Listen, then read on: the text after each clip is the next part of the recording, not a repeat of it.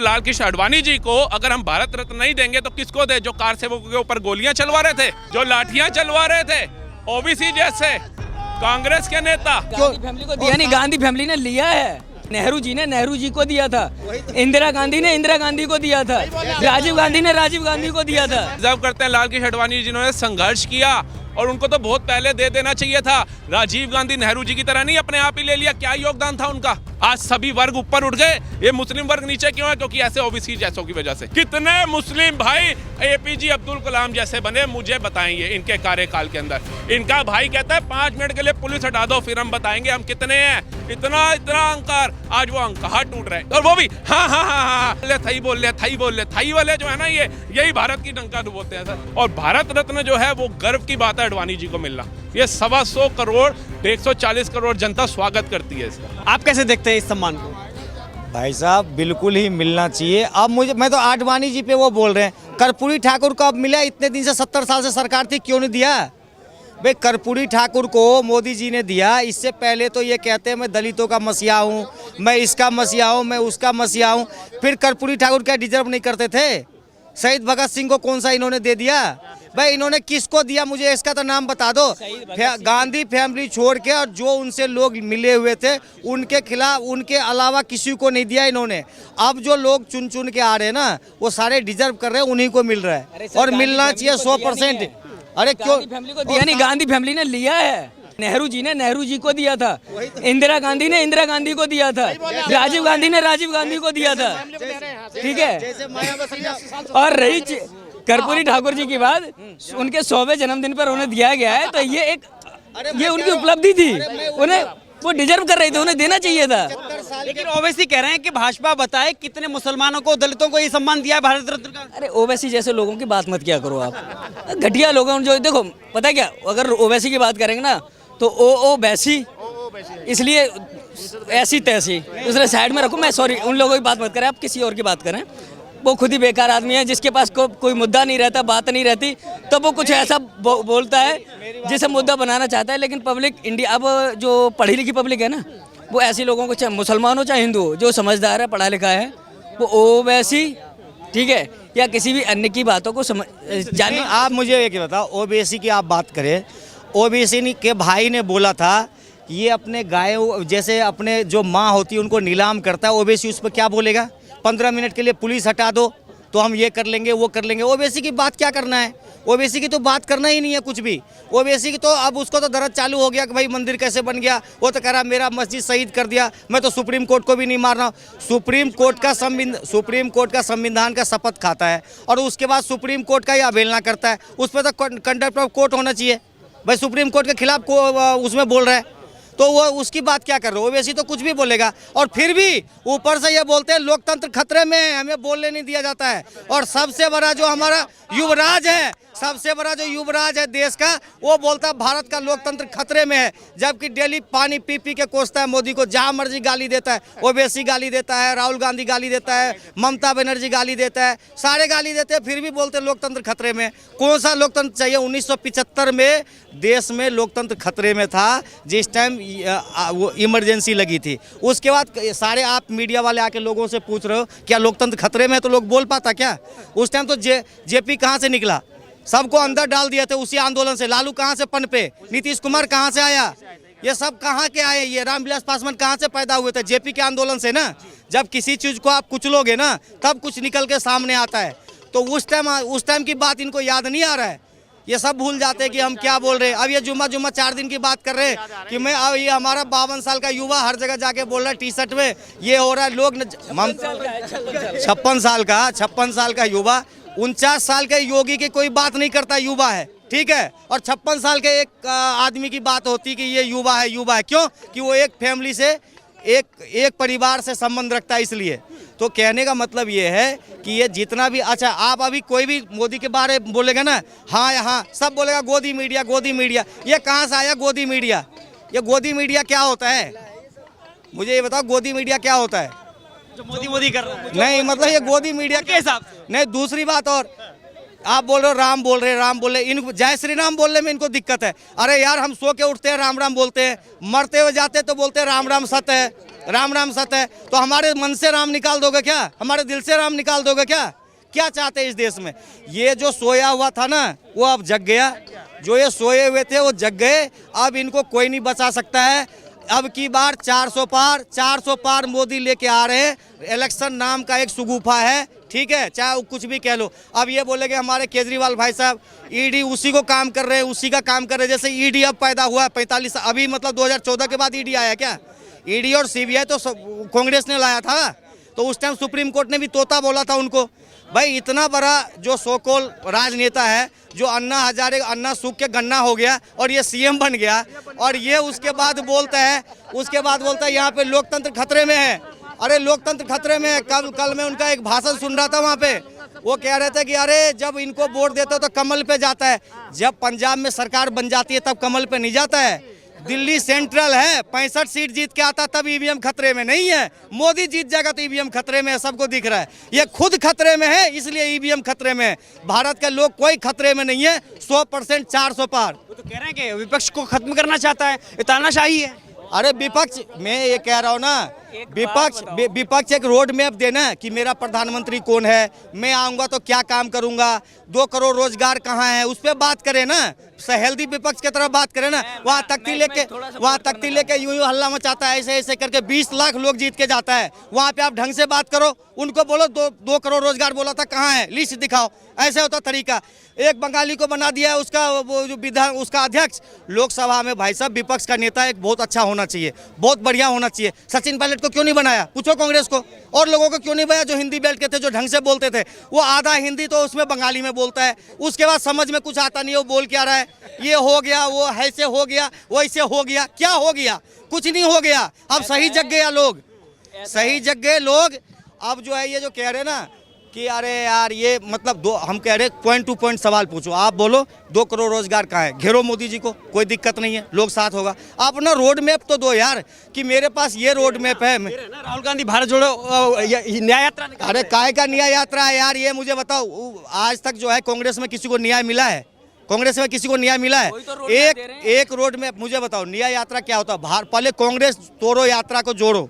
जो कांग्रेस के इतने बड़े बड़े लीडर चले गए, जितिन प्रसाद कहाँ हैं, जो इनके बाएं दाएं होता था, इतने लोग चले गए। जो ज्योतिरादित्य सिंधिया कहाँ चले गए, जो इनके अच्छे दोस्त होते थे, बहुत सारे लोग जो चले गए, उनको पहले कांग्रेस को तो जोड़ लो। डेली एक विकेट गिर रहा है। अब वो मुरली देवरा कौन सा था, वो देवरा वो भी चला गया।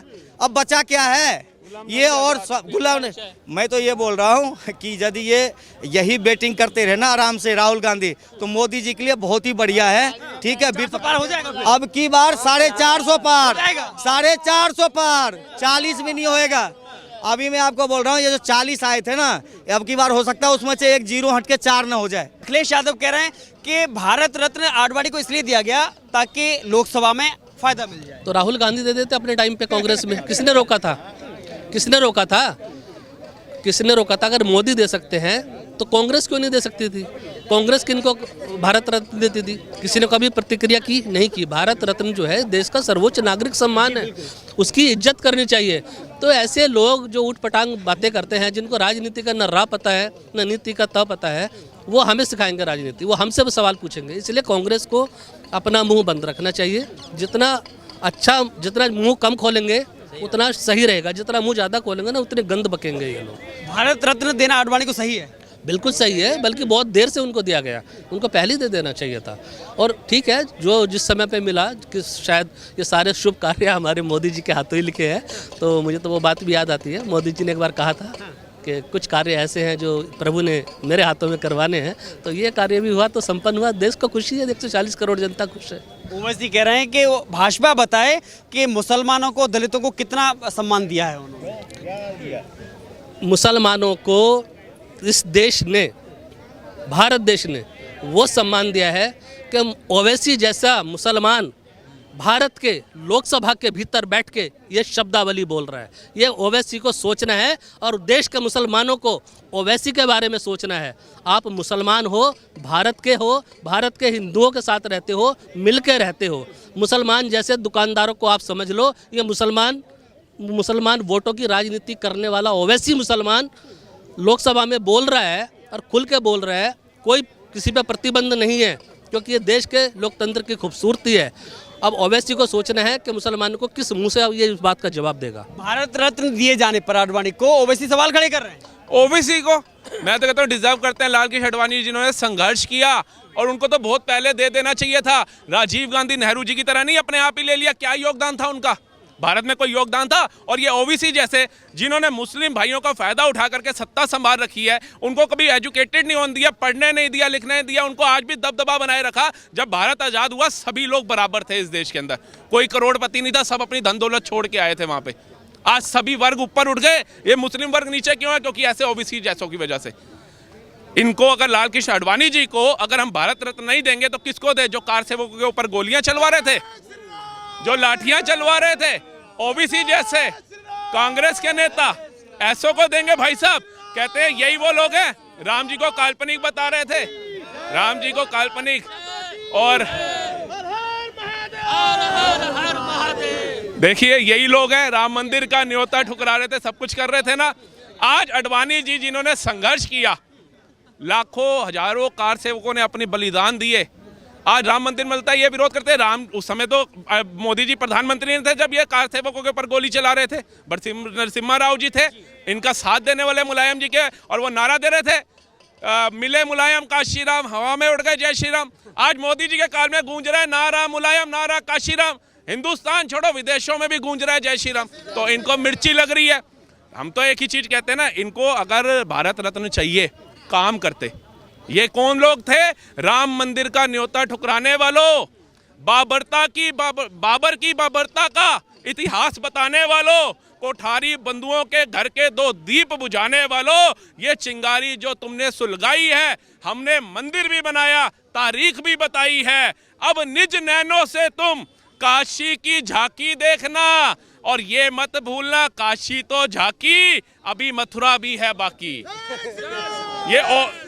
ये ओबीसी के लिए था मेरा बयान, जो भारत रत्न का विरोध कर रहा है, जो कह रहा था ना अब कोई मस्जिद बलिदान नहीं होने देंगे। बलिदान वो चीज होती है जो तुम्हारी थी और हम ले रहे हैं, वो हमारी थी। और तुम्हारा राज था, तुम्हारा दुंगल राज था, तुम्हारा मुगलों का राज था, जिन्होंने हमारे आराध्यों के मंदिर तोड़े और उन पे कब्जा किया। हम तो वापसी ले रहे हैं, अपनी चीज वापसी लेने में क्या है? मेरा बच्चा बड़ा हुआ, वो इतना ताकतवर बन गया, वो ले सकता है अपने बाप की चीज तो लेगा। राम आराध्य हमारे बाप थे, हम अपने बाप का अगर घर वापसी ले रहे हैं, तुम्हें मिर्ची क्यों लग रही है?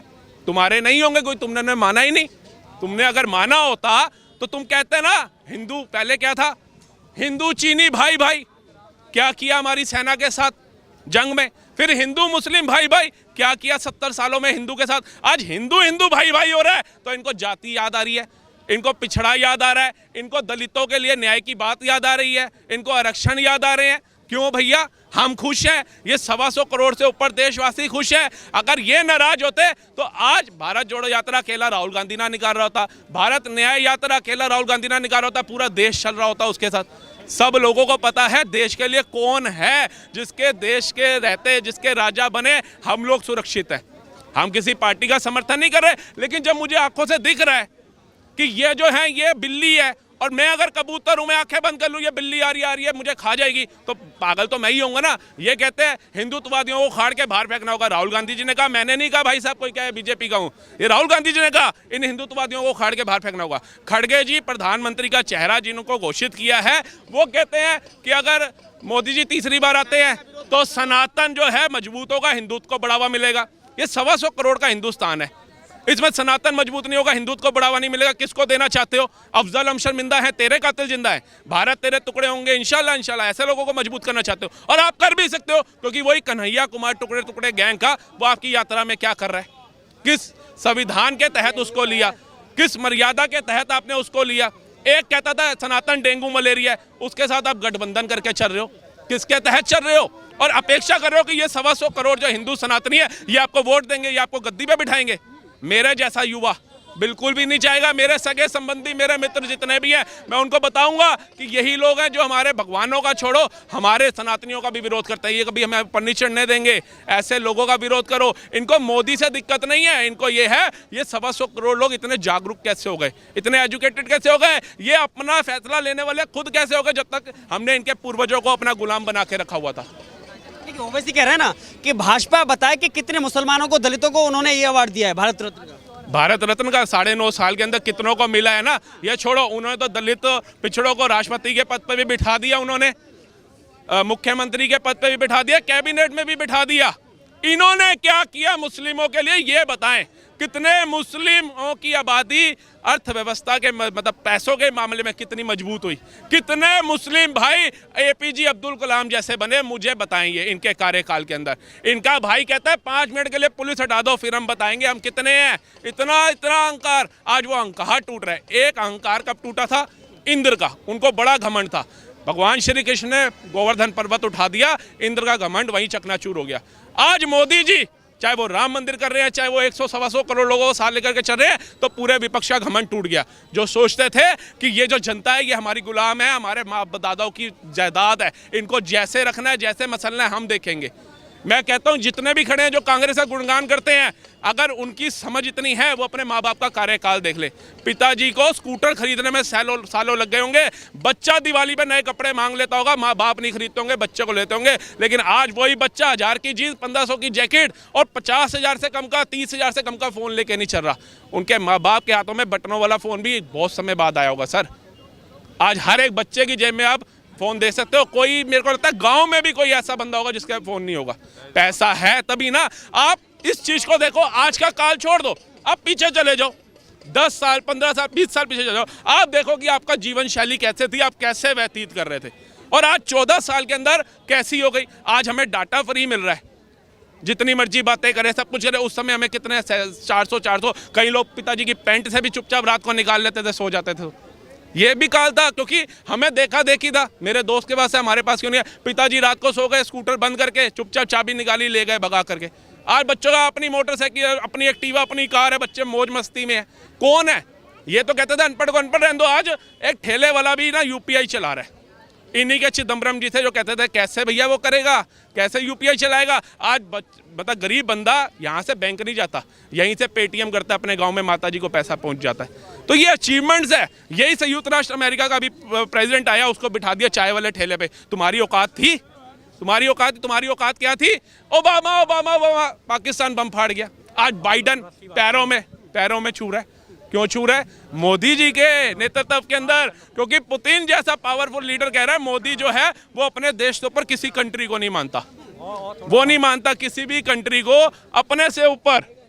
वो कहता है जो फैसला मेरे देश के हित में होगा, मेरे राष्ट्र के हित में होगा, मैं उसके साथ चलूंगा। इनको मिर्ची वहां लगती है। ये कहते थे राम मंदिर बना तो हमारे जो मुस्लिम कंट्री हैं 57 नाराज हो जाएंगी। इनके मुंह पे चपेट उन कंट्री ने हमारी राम मंदिर बन रहा है साउथ, उसके अंदर दुबई के अंदर देख लो, मुस्लिम कंट्री राम मंदिर बना रही है और ये राम के अस्तित्व को मिटाने की बात कर रहे थे। तो क्या सोचते हैं ये सारी जनता मूर्ख है?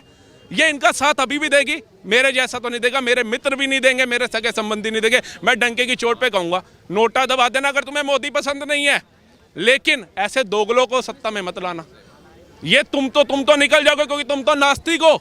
हमारे जैसे आस्तिक लोग, हमारे जैसे लोग जो अपने परिवार का भला सोचते हैं और सुखी जीवन व्यतीत करना चाहते हैं, ये उनको भी डुबो देंगे सर। यही वो जगहें हैं, होटल से लेकर रेलवे स्टेशन तक, सड़कों से लेकर शहरों तक बम विस्फोट होते थे। और जब न्यूज़ चैनल चलाओ खबर क्या आती थी? 44 मरे, 174 घायल और गिनती चालू है। आज तो हम नहीं सुन रहे कहीं बम फट रहा है। आज तो देखने को भी नहीं मिलता, सुनने की तो दूर की बात है सर। आज ये बिजली बम फोड़ता है, पाकिस्तान इसको इस योग्य नहीं छोड़ा।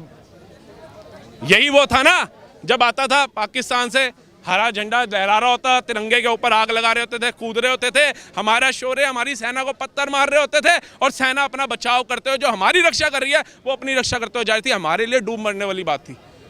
आज अगर उस हमारे शौर्य, हमारी सेना ताकतवर हो गई, उसको छूट दे दी कि अगर एक मारता है 4 मार के आओ सालों को, जाओ सर्जिकल स्ट्राइक करवा दी उसने, तो ये प्रूफ मांगते हैं सेना से।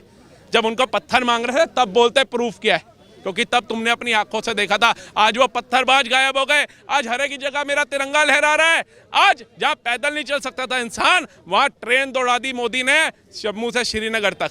गर्व की बात इनके लिए नहीं होगी क्योंकि मोदी विरोधी हैं। हमारे लिए तो भाई साहब बहुत गर्व की बात है। हमारा शौर्य, हमारी सेना सही है ना, हम खुश हैं। हमारा परिवार सेफ है ना, हम खुश हैं। पता चला मैं पैसा तो कांग्रेस के काल में 10 लाख कमा रहा हूँ, 15 लाख कमा लिया साल के, जोड़ भी लिया। आने वाले 10 सालों के बाद इन्होंने एक और अनाउंसमेंट कर दी कि जिसकी जगह के ऊपर मुसलमान भाइयों ने या वक्फ बोर्ड ने बोल दिया मेरी है, वो उसको देनी पड़ेगी निराधार होकर के, निष्पक्ष होकर के। तो मैं तो ना घर का ना घाट का रहा, रोड पे आ गया ना, तो ऐसे लोगों को लाना क्यों है? मनमोहन सिंह जी ने कहा था पहले संसाधनों पे पहला राइट जो है मुसलमानों का होगा। मैंने तो नहीं कहा, या मैंने तो उनकी भाषा नहीं बदली। जब वो कह रहे हैं 125 करोड़ की कोई वैल्यू नहीं है, सब कुछ है ही एक अल्पसंख्यकों का, तो हम रह क्यों रहे हैं? किराएदार सर हम नहीं है, धर्मशाला हमने जैसे बनाया हो, इन्होंने नहीं बनाया। ये अपनी मर्जी से यहाँ नहीं रुके थे, हमने इनको कहा था भाई रुको रुको, हम अपना राइट सारा आपको देंगे, और दिया भी सर। किसी हिंदू ने विरोध नहीं किया होगा। आप मानो कोर्ट ने अगर उनको 5 या 10 एकड़ जमीन दी है, और सुनने में आ रहा है ये उससे भी भव्य मस्जिद वहां बना रहे हैं, जबकि 70 लाख रुपया वहां पे चाहिए था पेपर के लिए। 70 लाख ओबीसी जैसा बंदा नहीं दे पाया, जो आज कहता है कि कितने दलितों को दिया। इतना पैसा तेरे पास है सांसद के पद पे, इतना राजयोग तेरा देता मुस्लिम भाइयों को।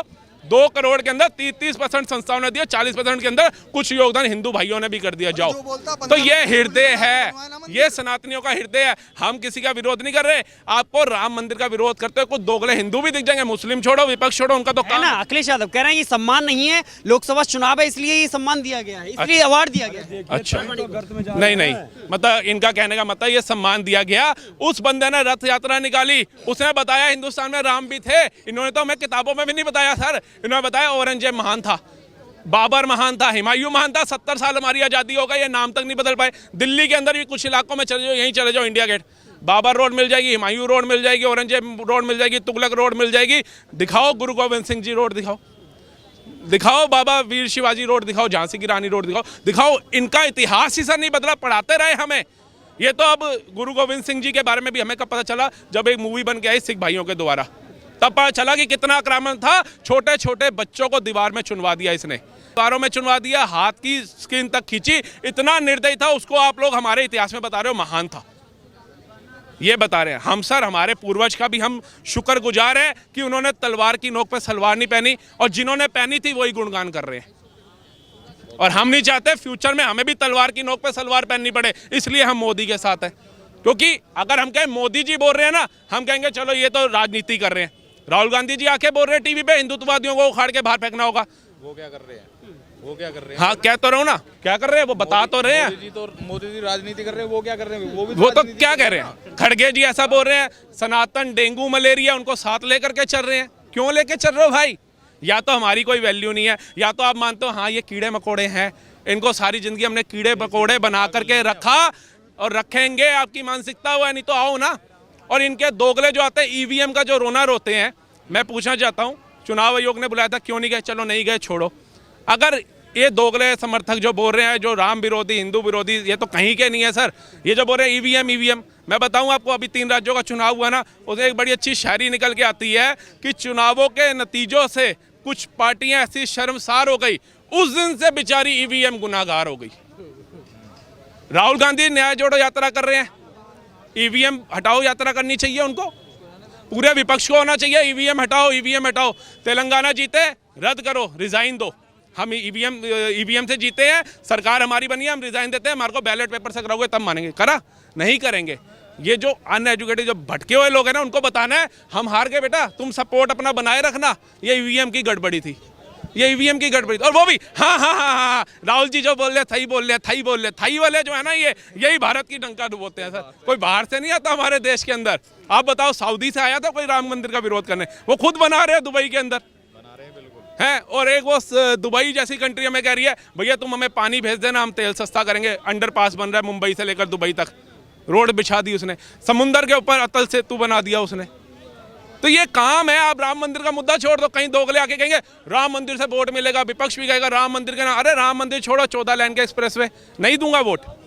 कश्मीर मुद्दा 2 मिनट में सोल्व, नहीं दूंगा वोट। जगह जगह बम विस्फोट हो रहे थे, बंद हो गए, नहीं दूंगा वोट। गरीबों के लिए मूल चीज़ थी शौचालय, दे दिया। बहन बेटियों को बाहर नहीं जाना पड़ रहा। बलात्कार जैसे जो घटिया मानसिक धारा के लोग थे, उनकी मानसिक धारा को खत्म कर दिया, तो नहीं दूंगा मोदी का वोट। और वो तो धंके की चोट पर बोलता है हर हर हर महादेव, जय श्री राम, राधे राधे, तो उसको दूंगा। जो कह रहे हैं हिंदुत्ववादियों को उखाड़ के फेंकना, उसको दूंगा। जो राम भक्तों पे गोलियां चलवाता है उनको दूंगा। ऐसे को क्यों दूंगा? मैं तो नहीं दूंगा। और जितने भाई खड़े हैं इनसे भी हाथ जोड़ के विनती करूंगा, मत देना। और जो कह रहे हैं ना राहुल गांधी प्रधानमंत्री बने था, राहुल गांधी प्रधानमंत्री करेगा, वो घर के हेड नहीं बन सकते जीवन के अंदर। नहीं हो सकता सर, सपना सपना ही रहेगा। सपना ही रहेगा। सपने में बस इनका सपना एक ही समय पूरा होगा, रात को सोने के बाद, सुबह उठने से पहले। सोए ये देखेंगे अरे मैं प्रधानमंत्री बन गया, पूरी जनता राहुल राहुल राहुल कर रही है। बस हकीकत सबको पता है मोदी है। और हम तो कहते हैं मोदी जी भी जाएं, योगी जी आए, योगी जी के तरह हम कहते हैं नितिन गडकरी जी भी आ जाए, सलूट है। अगला डंके की चोट पे कहता है कि मेरे बेटे को भी, किसी बंदे ने बोला इसको हम युवा का अध्यक्ष बनाते हैं, मैं कहा नहीं, मैं रिजाइन देता हूँ, उसको बना दो। मेरे परिवार का कोई बंदा नहीं आएगा, हाँ उसको राजनीति में आना है। मैंने दीवारें जो है ना पेंट करी थी बचपन से, करे ये मेरी जैसी मेहनत। ऐसे नेता चाहिए ना।